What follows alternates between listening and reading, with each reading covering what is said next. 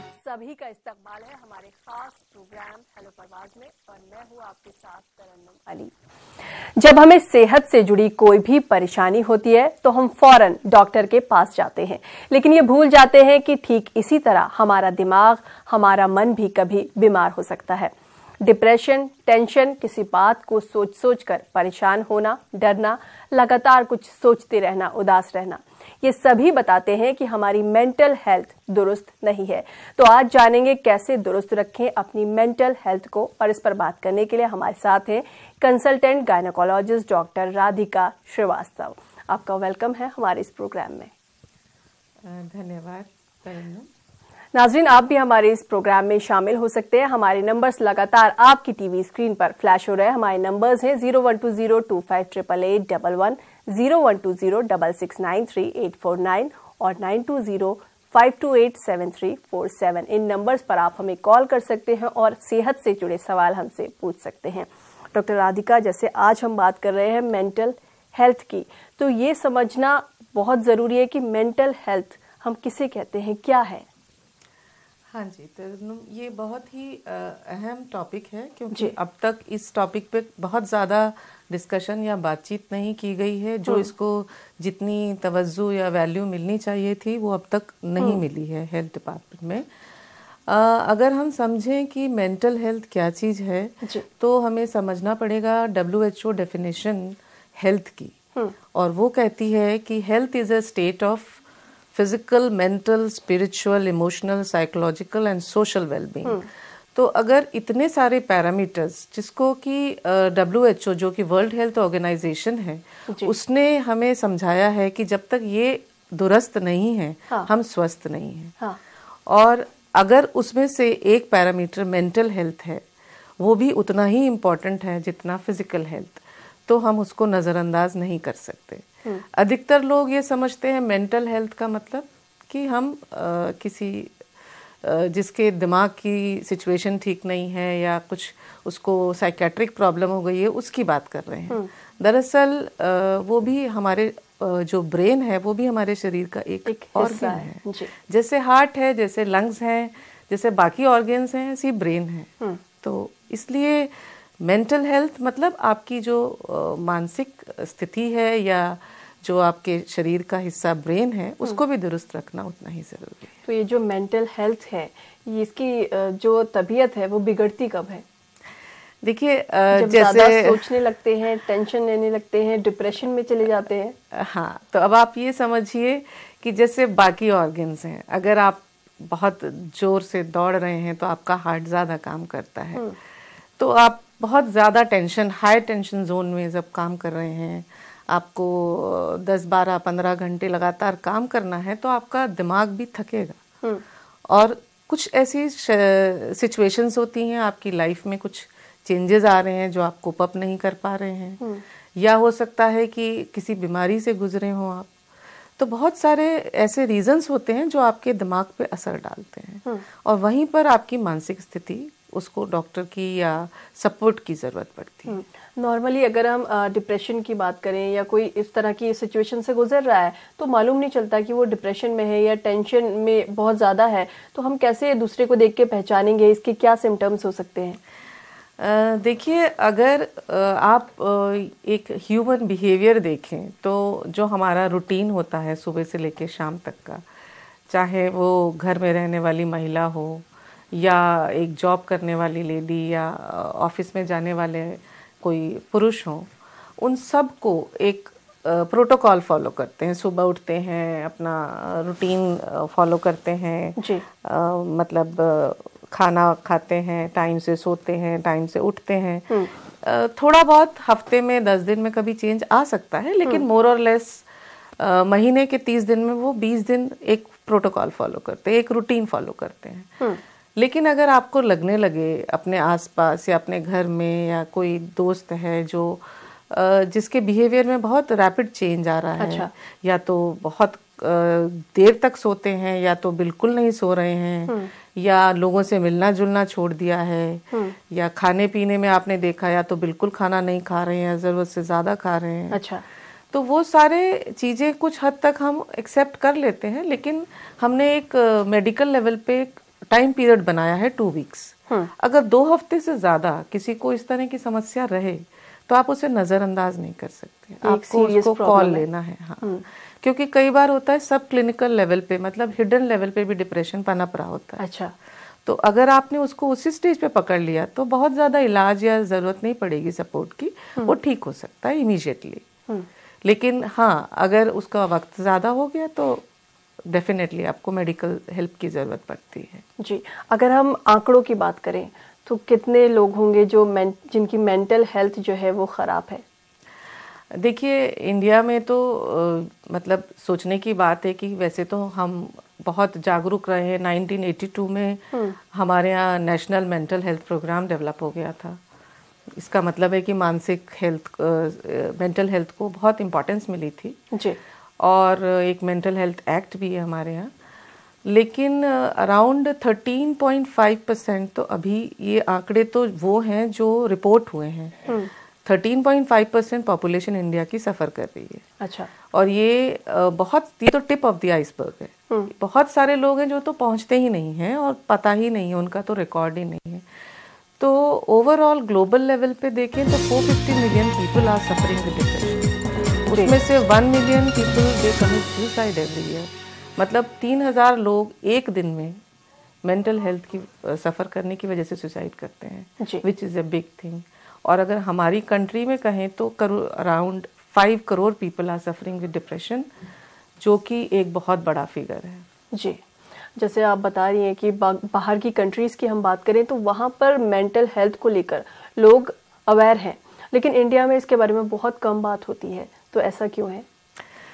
हाँ, ये बहुत ही, क्या इसको इतना सीरियस प्रॉब्लम नहीं समझते हैं? नहीं, आपका बहुत ही वाजिब सवाल है, क्योंकि हम डॉक्टर्स भी इस चीज़ के साथ बहुत स्ट्रगल कर रहे हैं। और मेरा अपना काउंसलिंग सेंटर है, उसमें इतनी हमने अवेयरनेस जनरेट करने के बावजूद लोग बाहर नहीं आते, आगे नहीं आते, क्योंकि मेंटल हेल्थ से रिलेटेड बहुत स्टिग्मा अटैच्ड है। हाँ। उनको लगता है अगर मैं पता चल गया तो एक तरह से कहीं ना कहीं ये बात सामने आएगी कि मैं वीक इंसान हूँ, मैं मेंटली वीक हूँ, मैं अपनी जिंदगी की परेशानियों से लड़ नहीं सकता या लड़ नहीं सकती, तो उसको वो छुपाते हैं। हाँ। दूसरे, हमारा सोशल सिस्टम ऐसा है, किसी को पता चल गया अच्छा उनके घर में उनकी बेटी को ऐसा प्रॉब्लम है, तो कल हो सकता है उसकी शादी में इशू आ जाए। हाँ। तो बहुत सारे ऐसे मुद्दे हैं जिनकी वजह से लोग सामने नहीं आते, इलाज नहीं लेते। हमारी कंट्री में हालांकि चेंज तो वही आ गया जो विदेश में है। हाँ। हम लोग उतने ही डेवलप, हाँ, लेकिन वहाँ इसकी बहुत अवेयरनेस है, लोग अपने आप जाके आगे बढ़ के थेरेपी लेते हैं, इलाज लेते हैं। एक कॉलर हमारे साथ मद्रास से जुड़े हैं, रियाज। हेलो हेलो हेलो जी, रियाज साहब सवाल बताएं। हेलो हेलो, हाँ जी। रियाज साहब, सबसे पहले आप अपने टीवी की आवाज बंद करिए। अच्छा। जी, हेलो,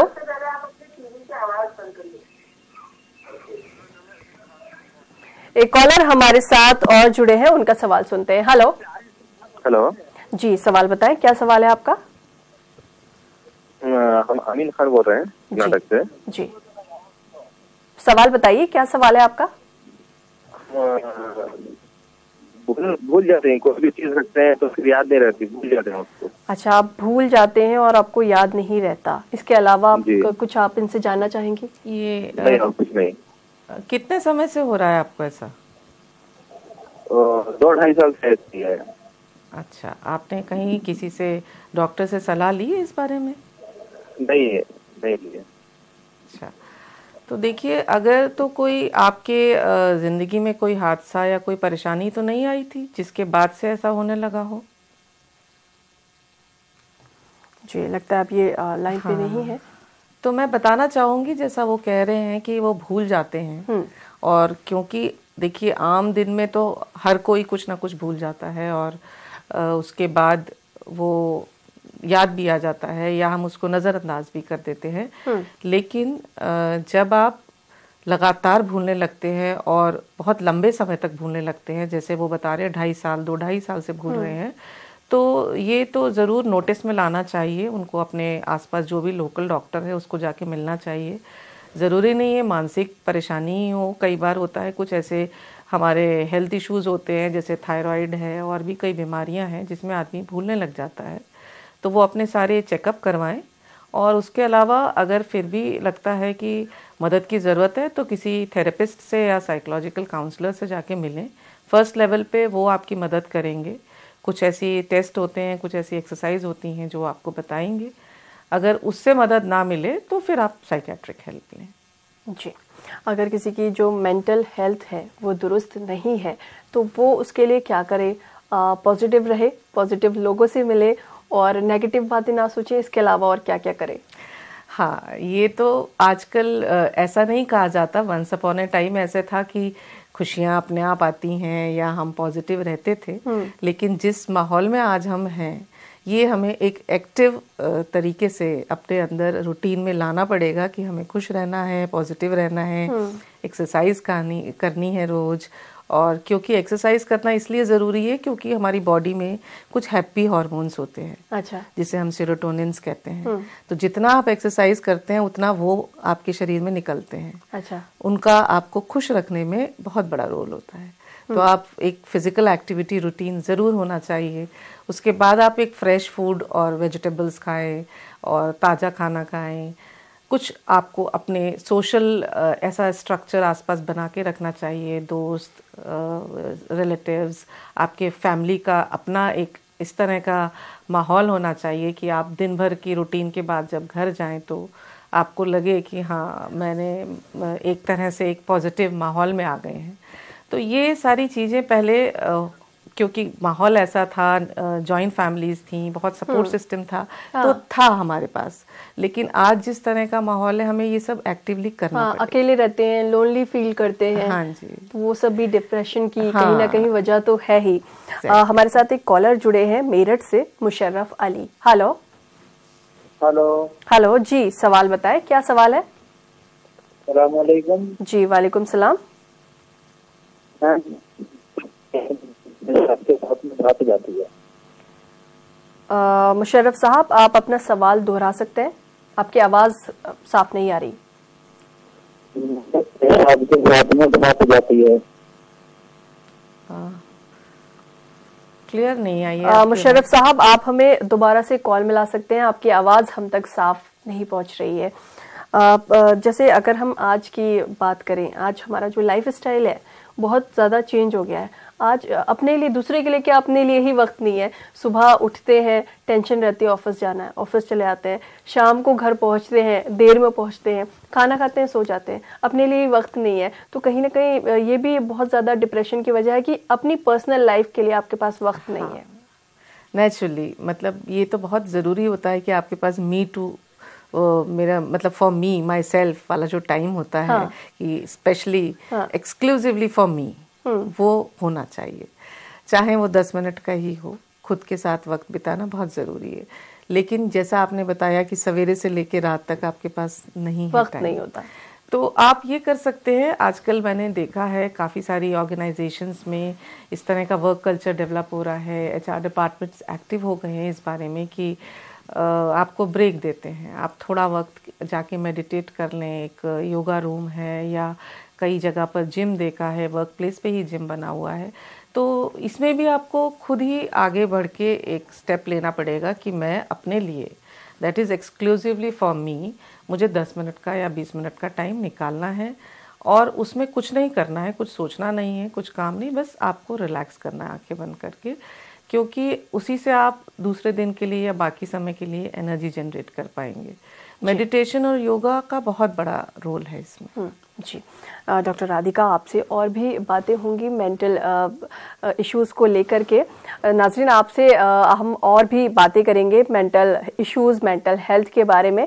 आपको करना सिर्फ इतना है, हमारे नंबर्स आपकी टीवी स्क्रीन पर फ्लैश हो रहे हैं, अपना फ़ोन उठाइए, हमारे नंबर्स मिलाइए और कहिए। इस्तकबाल है हमारे ख़ास प्रोग्राम हेलो परवाज़ में। डॉक्टर राधिका, इस दौरान हमारे साथ मेरठ से एक बार फिर से मुशर्रफ अली जुड़े हैं। हेलो हेलो जी मुशर्रफ साहब, बताएं क्या सवाल है? मैम, मेरी बचपन की गलतियाँ जी। सेक्सुअल। जी पूछे, क्या सवाल पूछना है आपको? मैम मेरे पेशाब के साथ में हाथ जाती है। डॉक्टर राधिका हाँ, कुछ और तो आपको? इसके लिए आपको वहां पे किसी यूरोलॉजिस्ट को दिखाना होगा। और जैसे रात को बदबू भी होती है। हाँ, वो सारी समस्याओं के लिए आपको जाके किसी जो जेंट्स के डॉक्टर होते हैं, यूरोलॉजिस्ट, उनको दिखाना होगा। एक कॉलर हमारे साथ दिल्ली से है, महबूब। हेलो हेलो, लगता है किसी वजह से हमारा इनसे राब्ता नहीं हो पाया। डॉक्टर राधिका, अगर आज के लाइफस्टाइल की बात करूं तो हर दूसरा जो इंसान है उसको कहीं ना कहीं कोई ना कोई टेंशन है, डिप्रेशन है। तो इसकी क्या वजह है? क्या हम अपने से ज्यादा अपने पे कम ध्यान दे रहे हैं, दूसरे पे ज्यादा दे रहे हैं कि उसके पास तो ये चीज है, मेरे पास नहीं है, उसका घर बड़ा है, मेरा छोटा है, उसके पास मोबाइल जो है वो महंगा है, मेरे पास नहीं है, वो बाहर जा रहे हैं घूमने, मैं कहीं नहीं जा रहा हूँ। तो इन सब चीजों से भी कहीं ना कहीं डिप्रेशन, टेंशन, चिड़चिड़ाहट होती है। हाँ, वाजिब है। ये बहुत बड़ा एक प्रेशर जो आजकल लोगों पे आया है, जो कि हमने देखा है सोशल मीडिया। हाँ, उसकी वजह से लोग फेसबुक पे देखते हैं कि अच्छा ये तो घूमने जा रहे हैं, अच्छा इनका तो बड़ा अच्छा सेलिब्रेशन हो रहा है, and they are having good time together, और हमारे तो लाइफ में वो सब कुछ नहीं है। तो ये जो अनरियलिस्टिक एक्सपेक्टेशन डेवलप हो रही है। On the other hand competition बहुत ज़्यादा है, आपको कोप अप करना है, काम भी है, और आजकल की लाइफस्टाइल के हिसाब से आपको चलना भी है। तो ये दोनों का तालमेल नहीं बैठ पा रहा है कहीं पे। और जो कि एक वैल्यू सिस्टम हमारे साथ चल रहा था पीछे से, जो हमारे पेरेंट्स या जॉइंट फैमिलीज में, कि आप इस तरह से जब परेशान होते थे तो वो आपको कहीं ना कहीं काउंसलिंग घर में हो जाती थी, समझाने वाला या आपको तसल्ली दे देते थे, वो आज की डेट में मिसिंग है। अब आपने देखा इस तरह से आप परेशान हुए तो कोई आपको ये बताने वाला भी नहीं है कि ऐसा होना या ना होना ठीक है, जो आपके पास है वो भी अच्छा है, या आ जाएगा वो भी आपके पास एक दिन, आप अभी मन छोटा ना करें। तो वो सब चीजें सबकी मानसिक स्थिति पे असर डाल रही हैं। जो चाहिए अभी चाहिए, अभी ही होना चाहिए, और उसमें कोई भी नहीं बचा है। मतलब एक छोटे बच्चे से लेके बड़े तक सभी इसका शिकार हो गए हैं। तो हम कई बार ये देखते हैं कि जब हम फिजिकल एलिमेंट्स की बात कर रहे होते हैं तो एक्चुअली उनको जॉइंट पेन्स या जिस तरह से वो आते हैं हमारे पास, उससे ज़्यादा उनके हिडन ये प्रॉब्लम्स होती हैं, और वो नहीं डिस्क्राइब कर रहे होते हैं। लेकिन जब हम बातचीत करते हैं हिस्ट्री में तो निकल के ये आता है कि भाई मेरे पास क्योंकि ये नहीं है इसलिए मैं ऐसा नहीं कर पा रही हूँ, इसलिए डिप्रेशन में है। जी, एक कॉलर हमारे साथ जुड़े हैं लखनऊ से, Mohammad Mohsin. Hello hello hello, जी बताएं क्या सवाल है आपका? हमारा सवाल है लड़की के बारे में पूछना था, उसको दवा दे रहे हैं मेंटल। जी, सवाल पूरा करें, क्या सवाल है आपका? हेलो जी देखिए, सबसे पहले आप अपने टीवी की आवाज बंद करिए। हेलो जी, सवाल पूछे। जी, सवाल पूछे, क्या सवाल है? हाँ, देखिए हमारी लड़की है, उसको कुछ डिप्रेशन रहता था, तो डॉक्टरों ने उसको ऑर्लिमेंट और एलेक्सीपोज इसका कोर्स साल भर से दिया जा रहा था उसको, और दिया जा रहा है। मगर उसमें ये तबीयत जो है थोड़ा बैठे बैठे हाथ पैर, मतलब हाथ से बातें करने लगती है कभी कभी, उसको ये पोजीशन है इसकी। अच्छा। तो ये जो नया डेवलपमेंट हुआ है इधर, तो इसके लिए कोई और मेडिसिन चेंज करना पड़ेगी। उसकी उम्र कितनी है आपकी बेटी की? हेलो जी, आपकी बेटी की उम्र कितनी है? 35 इयर्स। अच्छा, तो देखिए जब भी इस तरह के परेशानियां होती हैं तो सिर्फ दवाइयां नहीं होती हैं, उसके साथ में आपको काउंसलिंग सपोर्ट भी लेना होता है थेरेपिस्ट के पास जाके। दवा आप रेगुलर दे रहे हैं उनको? जी, तो क्या हो सकता है, क्या इस सिचुएशन में क्या हो सकता है? देखिए डिप्रेशन, काउंसलिंग की जरूरत है। हाँ, हम ह्यूमन बीइंग हैं, सिर्फ दवाइयों पे नहीं चल सकते, और खासकर मानसिक परेशानी है तो आपको सपोर्ट सिस्टम तो चाहिए है। और उसमें हम सिर्फ ये भी नहीं कहते कि काउंसलर को ही, आपके परिवार में भी आपका एक सपोर्ट सिस्टम होना चाहिए जो आपको टाइम टाइम पे मदद कर सके, क्योंकि आप जब परेशानी में हैं तो आपका सबसे पहला सपोर्ट सिस्टम वाला होना चाहिए। और दवाइयों का भी बहुत इम्पोर्टेंट रोल है, उसे बीच में ना छोड़ें। तो डिप्रेशन आम बीमारी की तरह ही एक बीमारी है, इसको ऐसे ही समझना चाहिए जैसे सर्दी जुकाम बुखार आपको आता है, आप डॉक्टर के पास जाते हैं, दवा लेते हैं और ठीक होते हैं। ये भी रिवर्सिबल है, कोई इसमें ऐसा नहीं है कि वो इंसान जिसको डिप्रेशन हो गया वो ठीक नहीं होगा। वो भी अपना समय पे इलाज लेके पूरा कोर्स करके ठीक हो जाता है। मतलब आप देख रहे हैं बहुत लोग आजकल इसके बारे में बात कर रहे हैं, बात करते हैं जी। एक कॉलर हमारे साथ है आंध्र प्रदेश से, अंसार शरीफ। हेलो हेलो जी, सवाल बताएं, क्या सवाल है आपका? ये मेरे मिसेस को शुगर और थायराइड है जी। मिसेस को शुगर है और उनको रातों को नींद नहीं आती। रात को नींद नहीं आती है, शुगर और थायराइड है जी। हाँ जी। टेंशन भी है घर के मामले में, टेंशन है घर के बच्ची की शादी के बारे में था जी, मगर रातों को नींद नहीं आती है उनको। अब आज सुबह से रात को नींद नहीं आई तो सर में दर्द भी बहुत हो जाता है कभी कभी जी। ठीक है, इसके बारे में क्या कहता है? दवाइयाँ ले रहे हैं, अच्छा। ब्लड प्रेशर, नींद नहीं आती ज्यादातर, और थायराइड की वजह से वॉकिंग नहीं कर सकते, हड्डियां गले हुए हैं करके बोल रहे हैं डॉक्टर साहब। ये इसके बारे में क्या सजेशन देंगे आप? नींद आना ही सिखा रहे हैं जी। ठीक है, जैसे इन्होंने कहा कि शुगर है, थायराइड है, टेंशन भी है, तो कई बार ऐसा भी होता होगा कि टेंशन की वजह से जो है और बीमारियां हो जाती हैं। शुरुआत ऐसी ही होती है। तो इसीलिए जब कोई हमारे पास इस तरह से आता है कि अभी बहुत किसी चीज़ का स्ट्रेस चल रहा है और वो लगातार परेशान रह रहे हैं बहुत लंबे समय तक, तो आपको ये बात देखना चाहिए कि हो सकता है उनका बीपी फ्लक्चुएट कर रहा हो सकता है ब्लड शुगर लेवल उनका गड़बड़ हो रहा हो। तो ये बीमारियां तो धीरे धीरे आ ही जाती हैं अगर हम स्ट्रेस को मैनेज नहीं करते ठीक तरीके से। और जैसा उन्होंने कहा कि नींद नहीं आती उनको, तो नेचुरली अगर वो बहुत समय से परेशान रह रही हैं, कुछ मुद्दे हैं, शादी नहीं हो रही है बेटी की या किसी भी चीज़ को लेके, और परेशानी से आप थायराइड भी हो गया है, शुगर भी है, बीपी तो अभी वो बता नहीं पाए, लेकिन ये सब बता रहा है कि उनको मानसिक हेल्थ या मेंटल हेल्थ सपोर्ट की ज़रूरत है।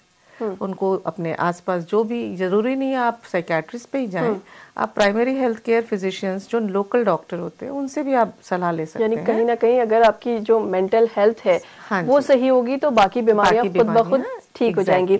अच्छा, बहुत सारी जो औरतें होती हैं आफ्टर प्रेगनेंसी उनमें एक डिप्रेशन हो जाता है, तो ये डिप्रेशन किस तरह का होता है?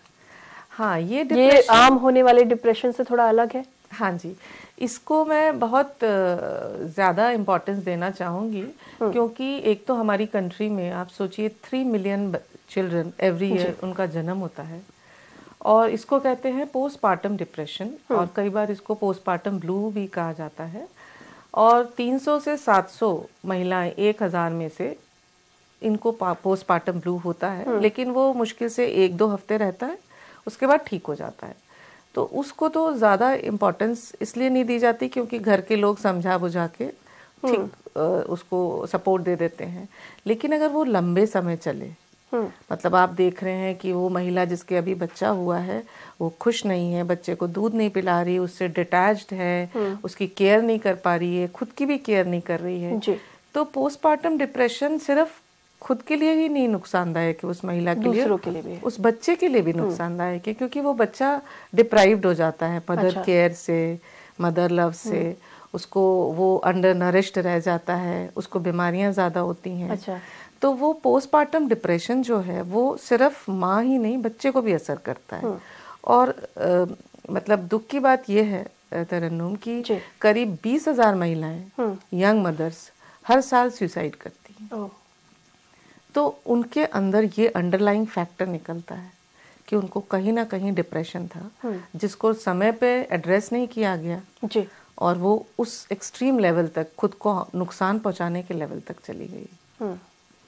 तो अगर आप देखते हैं, और ज़रूरी नहीं है वो डिलीवरी के बाद हो सकता है वो महिला जब चेकअप के लिए आ रही है आपके पास ड्यूरिंग एंटीनेटल पीरियड, तभी वो कुछ उदास है, वो अच्छा, यानी कहीं ना कहीं इन सब चीज़ों का असर तो होता ही है, फैमिली पे हो चाहे बच्चे पे हो।